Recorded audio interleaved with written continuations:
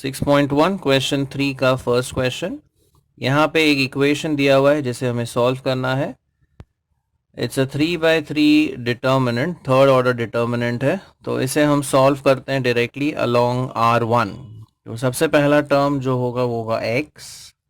अब इसका रो और कॉलम अगर हम डिलीट करते हैं so we'll have x square minus 4। तो यहाँ पे एक्स स्क्वायर माइनस 4 लिखते हैं। देन सेकेंड टर्म इज +2, तो इसका साइन हम चेंज कर देंगे एज -2। इसका भी रो एंड कॉलम हम डिलीट करते हैं, so we would have 2x minus 4। तो ब्रैकेट में आएगा 2x minus 4।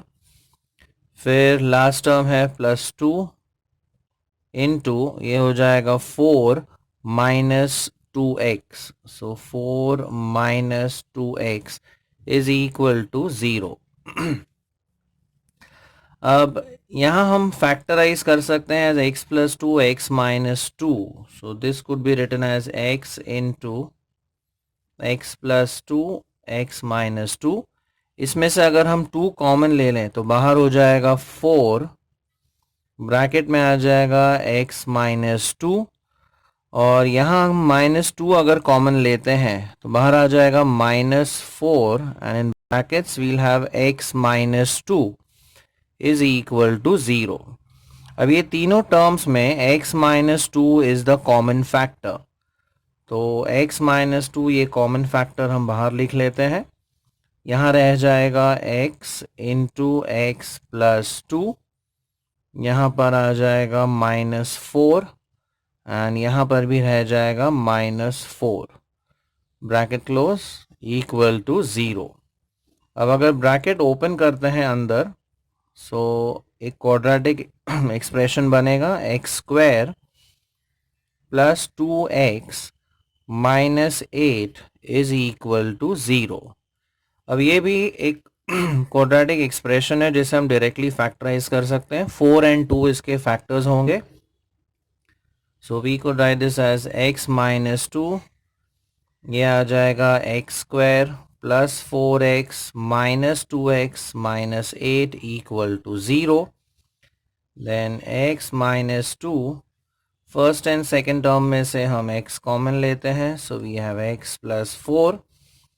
Third and fourth में से -2 कॉमन लेते हैं, so again we have x plus 4 is equal to 0। So we have 3 factors, एक है x माइनस 2, फिर एक है x प्लस 4, एंड तीसरा x minus 2 equal to 0। So we have 3 possibilities.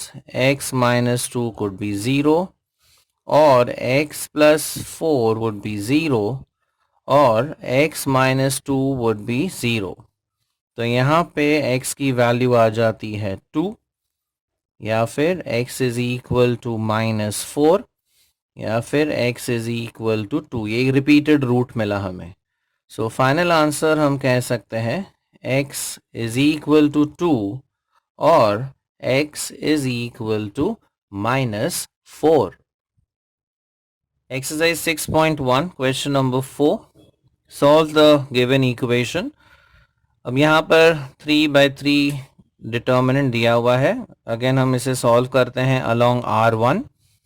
तो पहला टर्म है x, सो x इंटू इसका रो और कॉलम हम ओमिट करते हैं, so we'll have 1 into 5, that is 5, -4 into -3 होता है +12, सो 5 -12 आ जाएगा। Now since we are solving along R1, middle term का साइन हम चेंज करते हैं, तो यहाँ है -1, तो ये हम लिखेंगे +1। अगेन इसका रो एंड कॉलम हम डिलीट करते हैं, so we have 2x into 5, that is 10x, minus 3 into -3 is -9, तो ये हो जाएगा +9।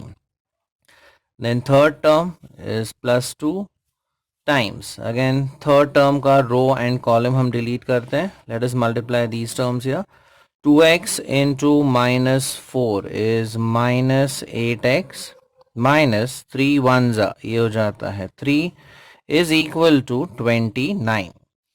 अब 5 माइनस 12 ये गया -7, -7 इंटू एक्स, ये हो जाएगा -7x। ये 1 से हम मल्टीप्लाई कर देते हैं, so you have 10x plus 9। ये ब्रैकेट भी ओपन कर देते हैं, सो 8 2 ये हो जाएगा 16x एंड यहाँ आ जाएगा -6 इज इक्वल टू 29। अब पहले x टर्म्स देख लेते हैं। अब 10x माइनस 7x ये हो जाता है 3x, 3x माइनस 16x, ये 3x टर्म्स है हमारे, करेक्ट।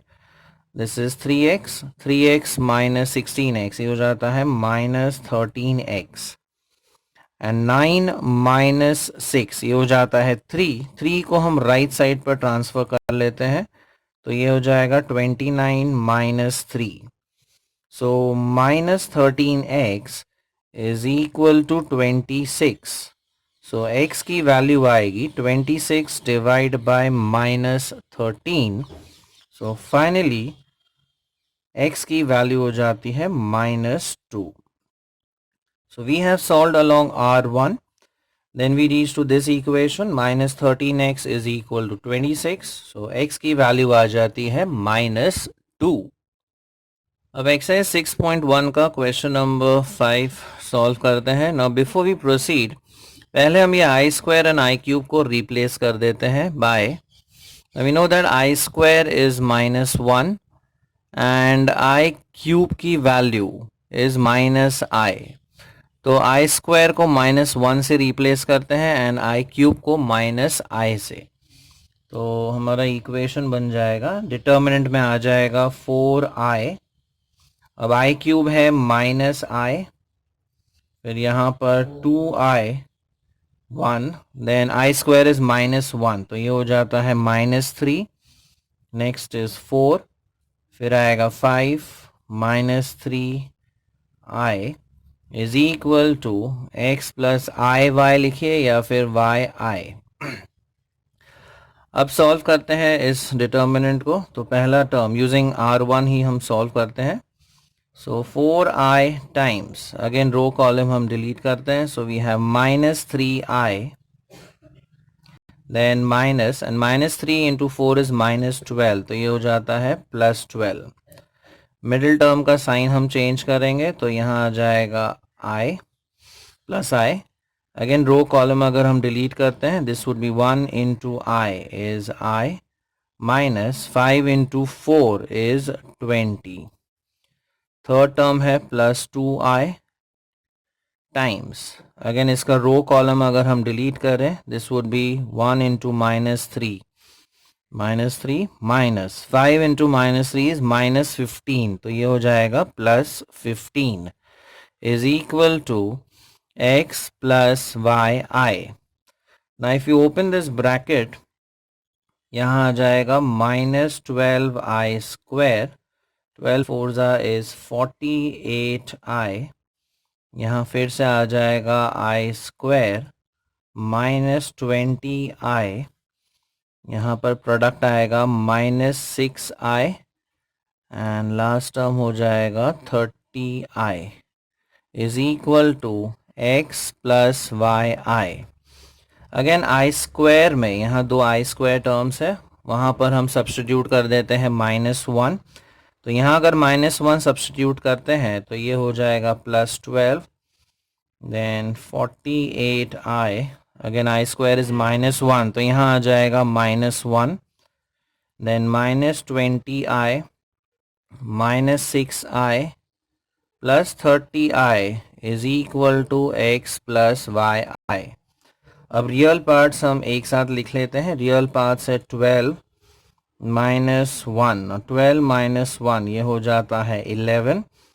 इमेजिनरी पार्ट्स देख लेते हैं। 48 में से 20 लेस किया तो 28, 28 -6 दैट इज 22, 22 प्लस 30, तो ये हो जाता है 52i is equal to x plus yi। Let us check it again।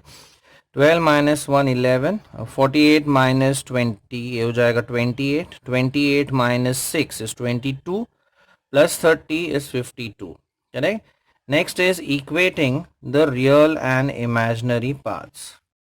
So equate the real parts and the imaginary parts. अगर हम real and imaginary parts equate करते हैं, so we get the value for x as 11. तो x की value है 11 and y की value है 52.